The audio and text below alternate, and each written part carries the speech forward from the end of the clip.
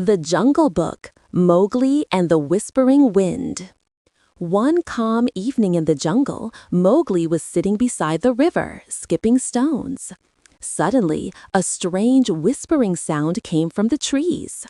"Mowgli, Mowgli," the voice called softly. He looked around. No one was there. Baloo was sleeping, Bagheera was hunting, and the jungle was silent, except for that whisper.